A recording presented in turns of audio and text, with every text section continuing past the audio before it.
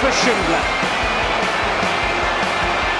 Has a chance to write his name in Huddersfield Town legend. And he takes that chance!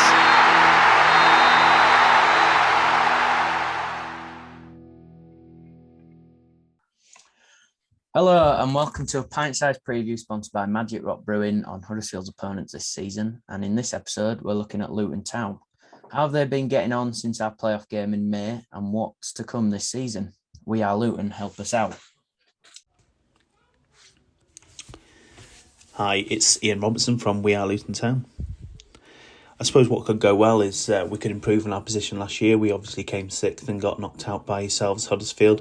Obviously a very good season for Luton, given our budget. Good season for both of us, given our budgets. But if we can improve on sixth, it's going to be a tough ask because it's a stronger division. We have got stronger as a team, but it is going to be a tough ask.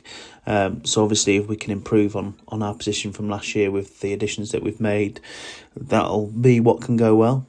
Obviously, what can go wrong is, the instability of having a very good season. Everyone's seen what happened to Barnsley.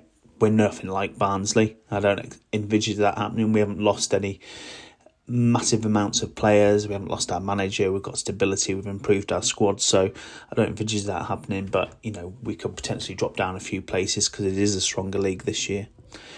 And looking at Nathan Jones, obviously, I believe we do have the right manager. He's improved us year on year, apart from his little holiday vacation to Stoke. But, he knows Luton through and through. We know him. And, he's the right fit for us. Fantastic lead tactical manager. I think he's only going to improve us even more. I alluded to it earlier. Our transfer business has been really, really good. We've obviously lost Cal Naismith, which is kind of a big loss. But we're looking to replace him. We've already got some players in the building that can fill his boots in Osho and Bell. But also up front, we've got Woodrow that's come in, Kelton Morris, that are more possession-based players, which will help us with our transition to being a little bit more possession-based this season. But obviously, Alfie Doherty as well at left wing-back, if we can keep him fit, he's going to be a hell of a player this year. Key player for me, I think, you've got to look at Adebayo and you're seeing if he can be more fruitful this year than his 16 goals last year, but also Alan Campbell in midfield. I think he's going to have an extremely strong season this year and touch wood, he goes on to do that.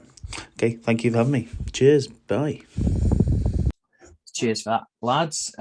So Luton, interesting one. I think last time I looked at the squad, pretty big. Like they've recruited, definitely. They've kept hold of some key players. Lost Naismith to Bristol City, which I'm sure they're a bit annoyed about because he had a really good season last year. But 10 in, which is really interesting. Two lads from Barnsley who I kind of really wanted Town to maybe have a look at in Morris and Woodrow. I think the team is starting to look really well structured. And the thing that they struggled with last season was not having that depth, and I think these 10 players that they've brought in are going to offer them that. Luke Freeman, I think, is quite a good shout. A bit of good experience coming in there. Watson, one of the young Derby starlets, picked him up. And then Macy, a keeper from Hibs, and I think that was one of their problems last season, struggling with having a solid goalkeeper throughout the season. Nathan Jones is still there. Love him or hate him, he does a job for him, doesn't he? So. And as weird as he might be, I actually think they're going to have another good season for me. They're not favourites for the bookies to kind of be up there. They're expected to maybe finish mid-table, but this might be my first wild card here. But I actually think Luton will have a very good season, and they'll be pushing for that top six, maybe even challenging in that top two potentially. Kit's not that good though, so sometimes you can tell who's getting promoted on how good their kit is, so maybe they'll fall short. It's no Blackpool, is it? No, exactly. No Blackpool. What do you think then, Matt, of Luton this season?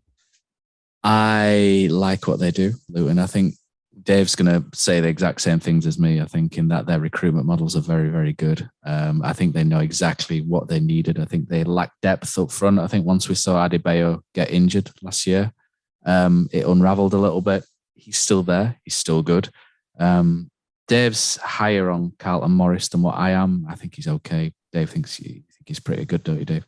But I can see a world where they're hitting those diagonal balls and they're aiming for Adebayo, and Carlton Morris is behind that James Bree diagonal ball. And that is a very dangerous combination, isn't it? With, the two big men who can play football, and Bree, is a very good passing fullback or right centre back we saw last season. So I think Luton Town will do very well. I've seen people saying they're going to do a Barnsley. Absolutely not a chance for me. I think they're going to be knocking on the top six again. And I think out of the 3 defeated playoff teams of Luton, Huddersfield and Sheffield United, I think there's a very good chance Luton could be the ones that finish the highest out of all 3. Yeah, good points there. Dave, do you agree with that? Morris, is he someone that you really like? It's not that I really like him. I think he just does specific things really well. And Luton recruit to the numbers. They look at the tenets of what their game's all about, and they recruit the right players in. I don't want to say the words Moneyball, because Moneyball doesn't really mean Moneyball anymore. But what they do is they have specific game states that they recruit to, and there's nothing wrong with that. It's not. I'm not going to lie to you and say Luton are the most exciting team in the world to watch and all this sort of thing, but they're just ruthlessly efficient. And Nathan Jones is a manager who is happy with that, with being efficient over exuberant. And I look at their recruitment, and most of them are upgrades on what they had, which is key. It's not just getting bodies in for the squad.